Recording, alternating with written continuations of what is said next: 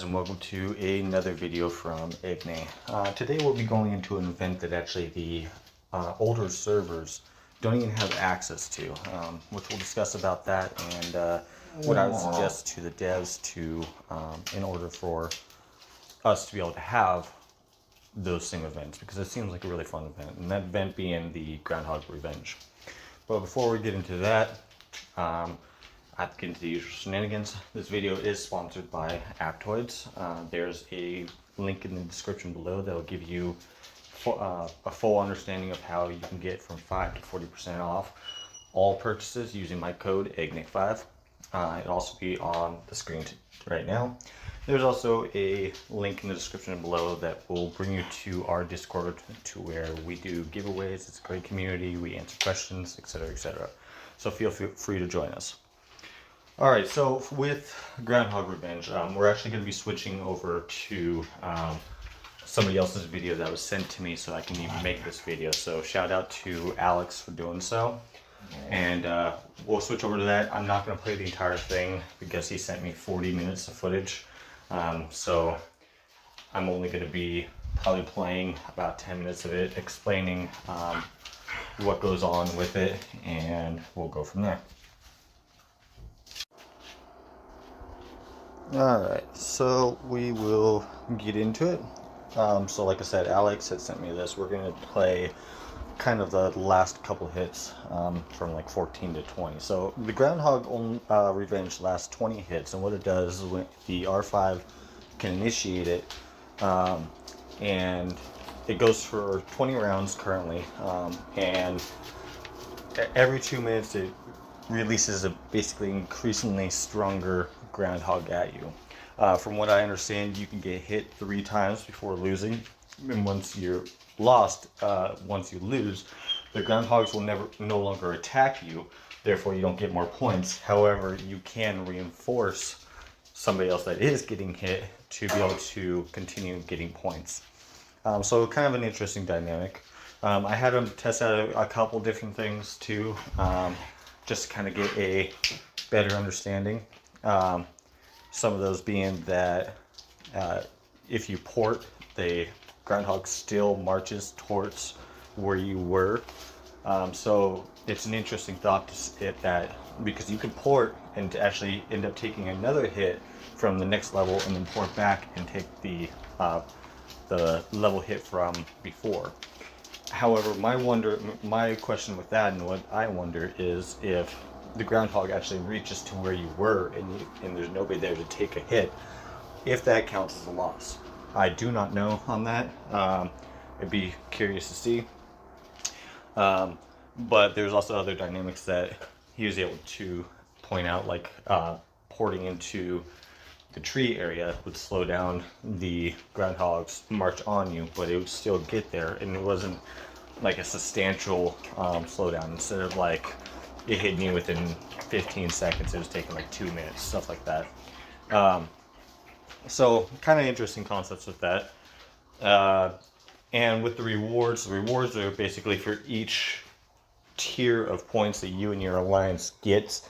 It gives gold eggs and creature remains are the main ones, with just a little bit of resources. So nothing really crazy with that.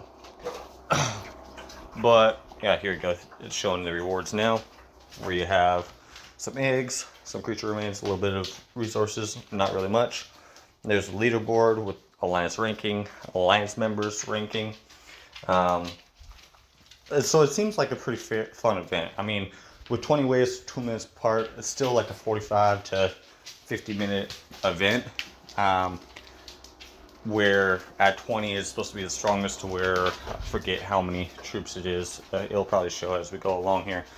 But they're all T10 essentially that are hitting you.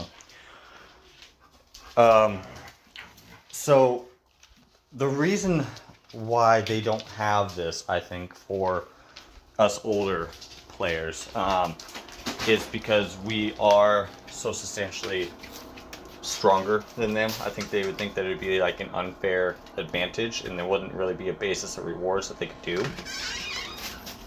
So that would be my thinking on that. But at the same time, with the older servers, like it gets to be so boring, honestly, with not much new content as far as anything to do. And I think this is something that a lot of people were actually looking forward to. So I'm almost would think that it would be better, like maybe to be able to release it to the older servers, but then have it, you know, start like a wave 20 for the older servers, going up to, you know, 40, or for the way older servers to be able to increase it even more. I mean, the game obviously has the capabilities to be able to already, like with your island matchmaking and such, already be able to pair pretty similar alliances together. So I don't see why that would necessarily be a problem for them to be able to scale the groundhog appropriately to where it would be an event that everybody could do. Because obviously with as you can see here with Alex's video, he has like T8s, and you know, getting hit by T10s, obviously gonna get a lot more hurt, but I mean, he still makes it to round 20, as you see later in the video. So definitely, I think they should find a way to be able to scale it so that older servers could be able to participate in this as well.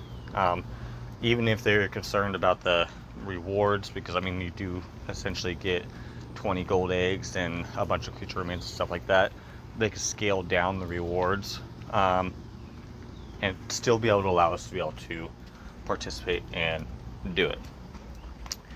But I will go through this a little bit more so you can kind of see.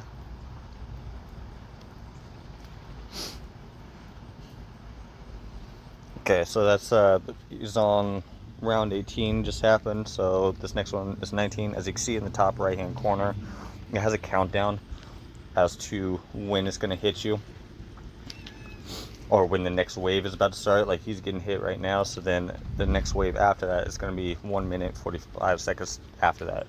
Now, it's interesting too to note that they will hit you whether your shield is up or not. So that is nice, especially if you have like a pirate server or anything like that, to where you still can get to participate in the event. As you can see, the ones that are dusty, that means that they took hits and they're out. They're not able to participate further. So it's an interesting concept. I was going to jump to the part where he was showing the part about him going into the marsh area, the tree area, and show you the dynamics with that. But like I said, I mean, the video, as you can see down at the bottom, is 39 minutes long, and to be able to make a content video out of that would be quite difficult. So I just went ahead with this section. Let me skip forward a little bit more. I think this is, yeah, this is where he had his first loss. Yeah, so let me back that up just a little bit. Okay, so this is where he had gotten hit and he had lost. That was his very first hit. He would have had 2 more times basically to stay in, with it only being 20 rounds. So now he's going to get hit, or that was the 20th round, so it's not going to release again, which is kind of silly. I think they should have made it so that it does. You can try to progress until you can at least beat that wave 20. But I digress. It's not, like I said, it's still not an event that we can do. But just some criticism.